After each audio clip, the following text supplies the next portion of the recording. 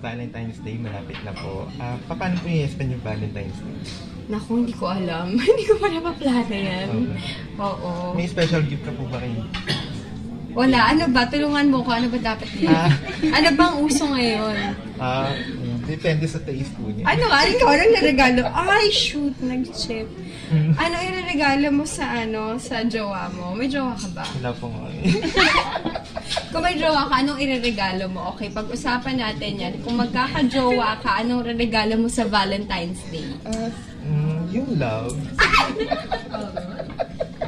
Love and Ikaw naman po, ano po yung gusto mong matanggap ngayong Valentine's Day? Hindi ko love? Hindi ko alam. Ang hirap naman yan. Magpaparinig, di ba? Ang hirap niya. Hindi po ba kayo mahilig sa gift? Mahilig. Tumatanggap din po tayo ng gift. Ayun. Open naman po tayo sa mga gifts, no? Okay po. Okay po. Salamat po. Okay, thank you.